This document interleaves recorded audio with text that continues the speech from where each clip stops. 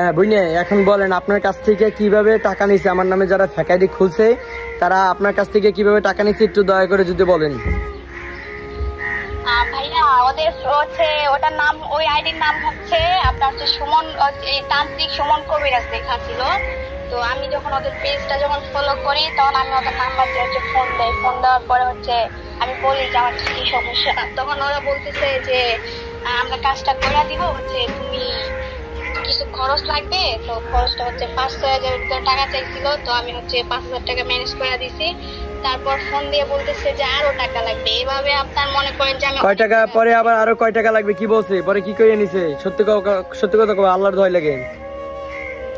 বলতেছে যে হচ্ছে ওই আমি একবার দিছি 5,000 টাকার মতো দিছি, দেওয়ার পরে বলতেছে যে বড়া তোমার কাজটা তো হচ্ছে হইলো না, মানে বৃথা হয়ে গেছে। আমি বলতেছি যে কেন? তখন বলছে কি যে হচ্ছে তুমি মানে যার উদ্দেশ্যে তুমি এই কাজটা করাইতে চাইতেছো ওর উপরে হচ্ছে একটা কালির নজর আছে, ওটা কাটাইতে হচ্ছে তোমার অনেক টাকা লাগবে। তখন হচ্ছে প্রায় 15-20 হাজারের মতো টাকা পেয়েছে। তখন আমি বলছি যে এত টাকা তো আমি দিতে পারবো না। তখন আমাকে বলতেছে যে হচ্ছে আচ্ছা 10,000 টাকা কমপক্ষে হলো ম্যানেজ করা দাও। তখন আমি 10,000 টাকা দিচ্ছি। কিরকমের দিছো? ধার কর্জ করে দিছো নাকি? বুঝি নাই। 10,000 টাকা পাইছো কখন? ওই সময় তুমি 10,000 টাকা কই পাইছো? আমি হচ্ছে একটা দোকানদারের কাছ থেকে হচ্ছে হাওলাত করে নিয়ে আসছি, মানে আমার চেনা পরিচয় দোকান আছে, তো ওই দোকানদারের কাছ থেকে আমি হাওলাত করে নিয়ে আসছি। আমাকে দিতে চাইছিল না, তো আমি অনেক রিকোয়েস্ট করার পরে মানে আমাকে দিছে। তারপর আবার ফোন দিয়ে বলতেছে কি যে আরো টাকা লাগবে, হচ্ছে তুমি এখন আমাদের টাকা দিয়ে তো হবে না, আমার হচ্ছে আরো টাকা লাগবে। তখন হচ্ছে আমি হচ্ছে আরো 15,000-এর মতো টাকা দিছি। আরো 15,000 দিছো?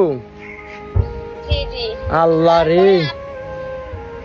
তারপরে হচ্ছে আমি বলছি কি মানে আমার জিনিসটা হচ্ছে মানে বেশি একটা সন্দেহজনক হইতেছে, কারণ আমি হচ্ছে আমার ফ্রেন্ডের কাছ থেকে শুনতে কি যে ওই ভাইয়া মানে আপনি নাকি হচ্ছে কারো কাছ থেকে নাকি টাকা নাকি নেন না। তখন হচ্ছে আমি বলছি কি যে আচ্ছা ভাইয়া আপনারা যে জায়গায় হচ্ছে এই আসনটা নিয়ে মানে বসেন ওটা কি আমাকে একটু ভিডিও কলে দেখানো যাবে? তখন বলতেছে যে না, ভিডিও কলে দেখানো যাবে না, ভিডিও কলে দেখাইলে হচ্ছে সমস্যা আছে।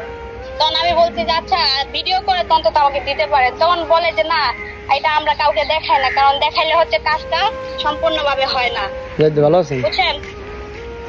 তখন হচ্ছে আমি অনেকবার আমি ফোন দিচ্ছি, আমার ফোনটা ধরে না। তারপর হঠাৎ করে আমাকে রাত্রে একদিন ফোন দিচ্ছে, ফোন দিয়ে বলতেছে যে না তোমার কাজটা তো হচ্ছে একটু জন্য আটকে গেছে, তুমি কি হচ্ছে ওই 4,000 টাকা দিতে পারবা? তখন আমি বলি যে ভাইয়া আপনাদের টাকা দিতে দিতে হচ্ছে আমি নিজেই এখন ফকির হয়ে গেছি। তখন বলতেছে যে 4,000 টাকা দিলে কনফার্ম, আমি কথা দিচ্ছি যে হচ্ছে ওই তোমার কাজটা তুমি ইনশাল্লাহ তুমি কালকে সকালের ভিতরে তুমি রেজাল্ট পাওয়া যাবা। তখন ওই কথা শুনে মনে করেন যে আমি আরো 4,000 টাকা দিছি, দেওয়ার পরবর্তীতে আমাকে ব্লক মেরে দিছে। শেষ, হিসাব ক্লিয়ার। আহারে কি কষ্টের টাহারে। আরে মাতারি, তুমি যদি আমার একবার যদি ভিডিও কলে দেখতা তাহলে তোমার আজকে কাম এতগুলা টাহা জীবনে লাগবে না। তোমার কাম কেমনে উসুর করতা এটা আমি দেখতাম। আমি সবারে বারবার মানা করি, সতর্ক করি যে আমার ভিডিও কলে না দেখে কেউ টাকা পয়সা দেবেন না। অগুন আমি মামলা করা হয়েছে, ওরা এখনো ধরা খায় না। আমাদের বাংলাদেশের প্রশাসন অনেক দূর আগেই গেছে, এখন পর্যন্ত তাদেরকে ধরতে পারে নাই। সাইবার ক্রাইমে মামলা করছি, তারপর পুলিশে জিডি করছি, এখন পর্যন্ত ধরতে পারে নাই। এখন আমি কি করবো কও বইন? আমি কি করবো? মানুষের এত হাজার হাজার টাকা লইয়ে দিতেছে, আমি কি করবো বইন? আমি তো মামলা করছি বইন, ধরার জন্য অনেক চেষ্টা আছে। এক বোনেদের যে 35,000, এক বোনেদের যে 6 লাখ লইয়ে গেছে। মানে কি করবো? মানে ওরা থাকে ময়মনসিংহ শেরপুর। এখন আমি ময়মনসিংহ থানার পুলিশের সঙ্গে কথা বলছি, তারা আমার কোনো একটা রেসপন্স পাইতেছি না। ঠিক আছে, তো যাই হোক, এখন আমি দেখি কি করা যায় বইন, আমি দেখি কি করা যায়। এখন তুমি সবাইকে সতর্ক করে দাও যে আমাকে ভিডিও করে না দেখিয়া জানি কেউ টাকা পয়সা না দেয় বইন। আচ্ছা ঠিক আছে, আমি সবাইকে হচ্ছে সতর্ক করে দিব যে আপনাকে হচ্ছে ভিডিও কলে না দেখা কেউ যেন টাকা পয়সা দেওয়া না দেয়। আহারে বইন, আজকে তুমি তো নিঃস্ব হয়ে গেছো নাকি বইন? বিশ্বাস করবেন না ভাইয়া, আমি নিঃস্ব থেকে আমি কি বলবো? আমি যে বললাম চাকরি করতে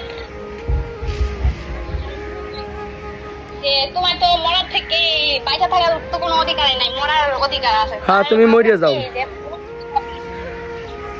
আমার মোবাইল নাম্বার বলি আপনাদেরকে 01876935227। এই নাম্বার ছাড়া যত নাম্বার আছে সম্পূর্ণ সব ফেক নাম্বার। সবাই প্রতারক চক্র থেকে বিরত থাকুন, বিরত থাকুন, বিরত থাকুন। আল্লাহ হাফেজ।